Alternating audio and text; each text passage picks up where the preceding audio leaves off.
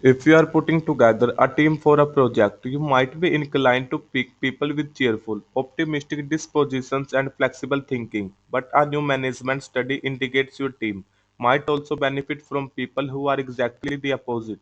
According to experts at Rice University, the University of Western Australia, Bond University, and the University of Queensland,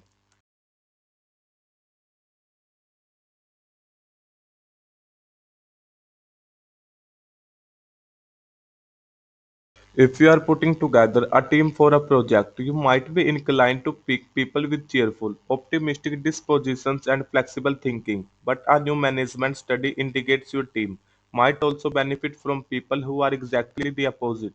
According to experts at Rice University, the University of Western Australia, Bond University, and the University of Queensland,